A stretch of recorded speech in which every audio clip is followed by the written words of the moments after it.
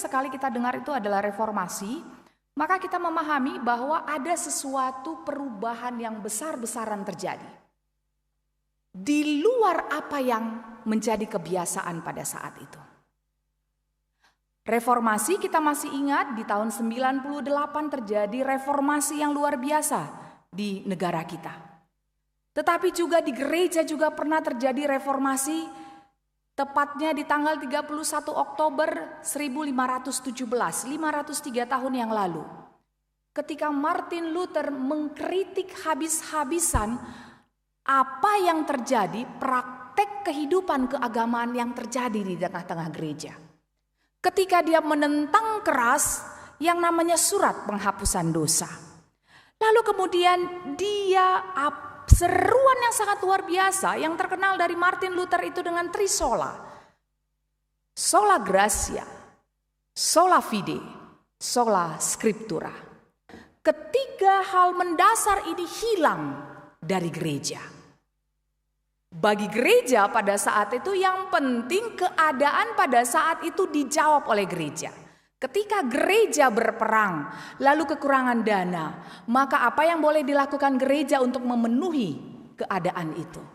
Tetapi ternyata mereka melupakan bahwa gereja itu adalah tubuh Kristus. Maka seruan Martin Luther menjadi pembaharuan besar-besaran yang terjadi di seluruh gereja-gereja di dunia. Mulai dari sana muncullah gerakan-gerakan pembaharuan lain di masing-masing negara. Baik oleh Calvin, oleh Zwingli, lalu kemudian bergerak sampai ke benua Amerika. Ketika setelah gerakan Protestan, lalu kemudian bermunculanlah gerakan-gerakan karismatik. Bapak, Ibu, Saudara-saudara, apa yang mau dikatakan lewat gerakan-gerakan itu?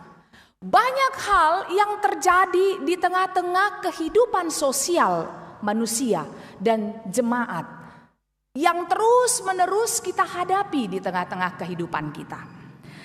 Tetapi yang paling utama lewat setiap apa yang terjadi di dalam kehidupan kita, betapa pentingnya bahwa iman kita itu akan membaharui kehidupan kita.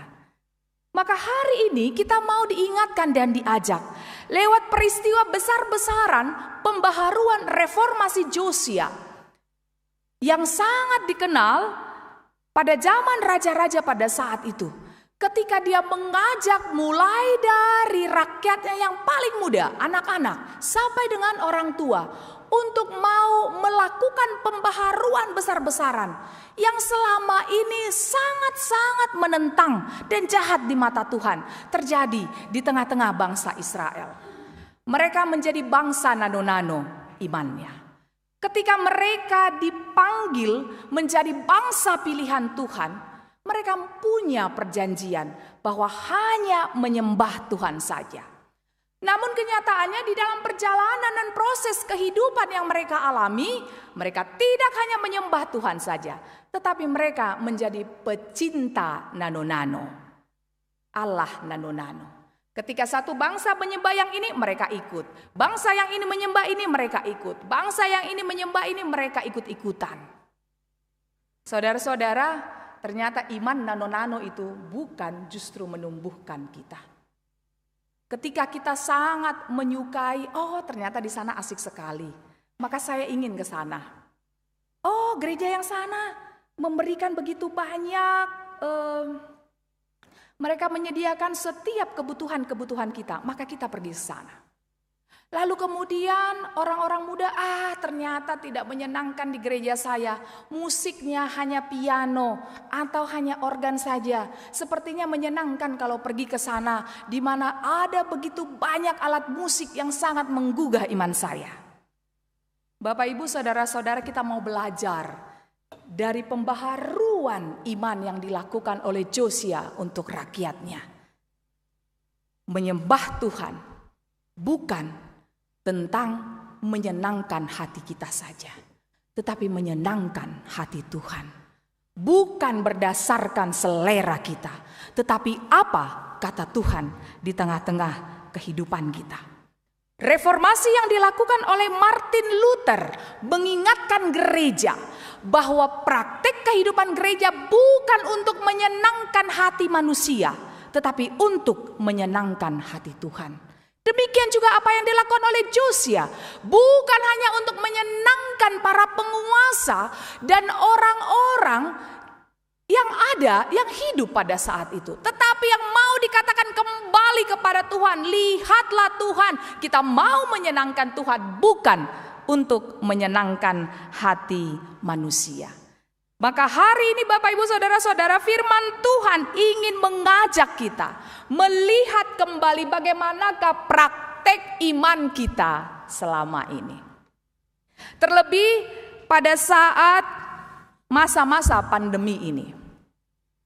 Saudara-saudara, di tahun 2018 ada penelitian kaum milenial tentang bagaimanakah ketertarikan kaum muda terhadap membaca Alkitab. Dari 4.000-an yang menjadi yang diteliti, maka ternyata dalam seminggu itu membaca Alkitab 5 kali itu hanya sekitar 25%. Bapak Ibu, jangan-jangan selera kita untuk bertemu dengan Alkitab semakin mundur dan bisa hilang sama sekali. Dan masa pandemi ini, orang sering mengeluhkan ini menjadi masa penuh dengan pencobaan dan masa yang suram. Benar tingkat kemiskinan bertambah, benar pengangguran bertambah. Tetapi dari iman kita ternyata memiliki masa yang panjang. Kalau orang sampai pergi untuk melakukan retreat rohani ke Yerusalem, maka Tuhan kasih kesempatan kepada kita berbulan-bulan untuk melakukan retreat panjang. Bagaimana kita mau melihat pertumbuhan iman kita? Apakah kita sudah menyenangkan hati Tuhan atau kita terjebak dengan keadaan sulit ini? Karena itu hari ini kita mau diajak.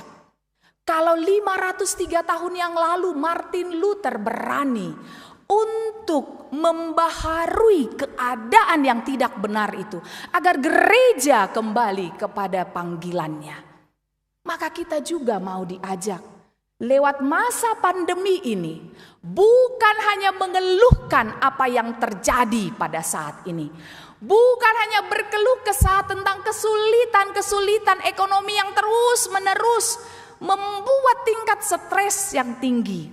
Tetapi kita mau diajak bagaimana kita mau dibaharui spiritualitas kita, iman kita untuk teguh berjuang dan berjalan. Di Wuhan setelah masa pandemi COVID itu mereka boleh kembali lagi beraktivitas. Ternyata Bapak Ibu Saudara-saudara, tingkat perceraian semakin tinggi di sana. Tetapi juga tingkat kelahiran juga tinggi. Apa yang mau dikatakan di sini? Masa pandemi itu bisa membawa dampak positif atau negatif di dalam kehidupan kita. Tetapi kita sebagai orang-orang percaya mau diajak bagaimana keadaan sulit ini tetap boleh menjadi berkat di dalam kehidupan kita. Sejarah dunia mencatat ada begitu banyak wabah-wabah masa pandemi yang membuat keadaan sulit di dunia ini. Tetapi satu yang menjadi kesaksian bahwa ketika wabah itu terjadi, masa pandemi itu terjadi, justru di sana orang-orang Kristen tetap boleh tegak menjadi berkat. Tidak ada yang takut untuk menghadapi itu semua. Maka hari ini kita juga mau dikuatkan bahwa masa pandemi ini bukanlah menjadi masa suram semata-mata, tetapi masa ini boleh kita pakai untuk membaharui iman kita, untuk membuat keadaan menjadi lebih baik di tengah-tengah kehidupan kita. Kita mau mulai di tengah-tengah keluarga kita. Kalau masa-masa sebelum masa pandemi, untuk cerita saja dengan anak-anak kita hanya banyak melalui gadget. Tetapi masa pandemi ini kita mau diajak untuk kembalilah ke rumah. Lihat apa yang telah kita lakukan di rumah kita. Mulailah tumbuhkan komunikasi-komunikasi yang luar biasa. Komunikasi-komunikasi yang mengikat kembali jalinan kasih di tengah-tengah keluarga kita.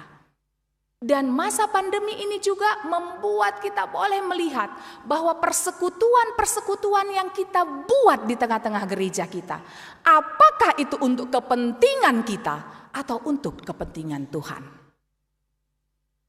Apakah persekutuan-persekutuan yang kita ikuti itu hanya untuk memuaskan kepentingan kita atau untuk menyenangkan hati Tuhan?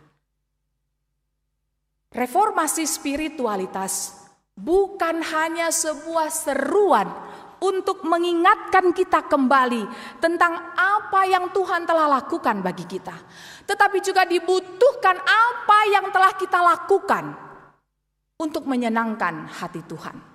Ketika Josia melakukan pembaharuan itu, dia tahu bangsa Yehuda itu akan tetap mendapatkan hukuman. Tetapi dia tidak pernah berhenti di sana. Dia mau ada keadaan yang berubah, mulai dari anak-anak sampai dengan orang tua. Maka dari sana, pembaharuan iman itu bukan hanya tentang kata-kata semata-mata, tetapi juga butuh tindakan di dalam kehidupan kita. Maka saudara-saudara, mulailah dari diri kita sendiri.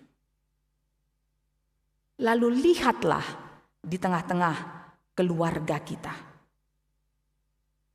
Pembaharuan itu adalah sebuah kekuatan bagi kita untuk mengajak kita untuk tetap setia dan berkomitmen kepada Tuhan. Setia dan berkomitmen kepada Tuhan. Karena itu kalau kita diminta untuk setia beribadah di satu gereja, bukan untuk menimbulkan fanatisme kita, tetapi untuk membuat kita belajar setia dan belajar untuk berkomitmen kepada Tuhan. Lalu kemudian kita keluar di dalam kehidupan kita untuk menyaksikan apa yang telah kita terima dari Tuhan. Kita juga mau orang lain menerima berkat-Nya.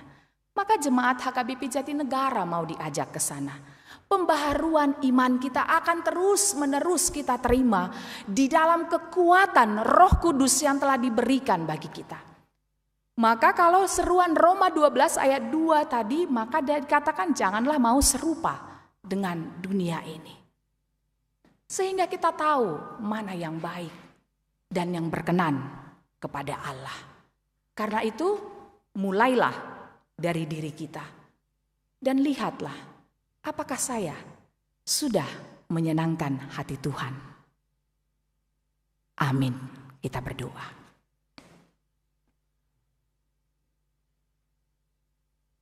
Bapa yang membaharui kami di dalam anak-Mu Yesus Kristus. Bukan karena apa yang telah kami lakukan, tetapi semua itu hanya karena anugerah Tuhan. Yang melayakkan kami menjadi anak-anak-Mu. Dan yang melayakkan kami dan menguduskan kami melalui darah anak-Mu Tuhan Yesus Kristus. Ajar kami Bapa untuk setiap hari membaharui diri kami. Sehingga iman kami itu membuat kami boleh bertumbuh dan terus semakin kuat menghadapi tantangan-tantangan di dalam kehidupan kami ini. Entah tantangan di tengah-tengah pekerjaan kami, di tengah-tengah keluarga kami, ataupun di tengah-tengah pelayanan kami. Kami tahu Bapa, untuk melakukan semuanya itu bukan hanya kekuatan kami, tetapi kami hanya mengandalkan kekuatan Tuhan. Maka Bapa berangkatkan kami sebagai anak-anak-Mu untuk boleh membaharui kami mulai dari diri kami sendiri, agar kami boleh menjadi berkat di tengah-tengah kehidupan kami. Hari ini kami berdoa untuk setiap pelayanan yang akan dilakukan di tengah-tengah gereja-Mu ini. Sepanjang minggu ini, Bapa, kuatkan setiap majelis dan para hamba-Mu untuk boleh melakukan pelayanan yang terbaik demi kemuliaan nama Tuhan. Dan kami berdoa untuk setiap Saudara-saudara kami yang melalui masa-masa kehidupan, masa-masa yang sulit ketika mereka harus kehilangan orang-orang yang mereka kasihi. Kami tahu Bapa tidak mudah untuk melalui semua itu.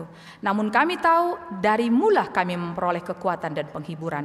Maka Engkaulah yang akan memberikan kekuatan dan penghiburan bagi setiap keluarga yang merasakan duka cita di tengah-tengah kehidupan mereka. Dan kami berdoa untuk setiap pelayanan koinonia, marturia, dan diakonia yang boleh kami lakukan di tengah-tengah gerejamu ini. Biarlah lewat semua itu, nama Tuhan yang akan semakin dipermuliakan. Dan untuk setiap jemaat Tuhan yang harus dirawat karena penyakit yang mereka alami. Oloan naibaho nyonya lumban gaul boru raja kuguk, amang sintua BTS purba. Kami percaya Bapa, Engkaulah yang memberikan kekuatan dan kesembuhan kepada seluruh saudara-saudara kami. Dan untuk setiap jemaat Tuhan yang merasakan sukacita untuk pertambahan usia perkawinan dan usia kelahiran. Bertambah usia, bertambah pula lah kebijaksanaan yang daripadamu. Untuk boleh memakai waktu yang Engkau berikan menjadi berkat Tuhan di tengah-tengah kehidupan kami. Bapak, ada banyak hal yang kami harapkan, yang kami impikan, yang tersembunyi di dalam hati kami masing-masing. Semua itu kami serahkan ke dalam tangan pengasihan Tuhan.